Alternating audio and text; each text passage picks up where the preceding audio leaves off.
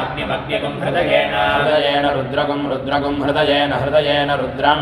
लोहितेन लोहितेन रुद्रगुं रुद्रं लोहितेन लोहितेन सर्वगुं सर्वं लोहितेन लोहितेन सर्वं सर्वं मदस्नाभ्यां मदस्नाभ्यागुं सर्वगुं सर्वं मदस्नाभ्यां मदस्नाभ्यां महादेवं महादेवं मदस्नाभ्यां मदस्नाभ्यां महादेवं महादेवमन्तः पार्श्वेनान्तः पार्श्वेन महादेवं महादेवमन्तः पार्श्वेन महादेवमिति महादेवमन्तः पार्श्वेनोषिष्ठः नमोषिष्ठः नमन्तः पार्श्वेनान्तः पार्श्वेनोषिष्ठहनम् अन्तः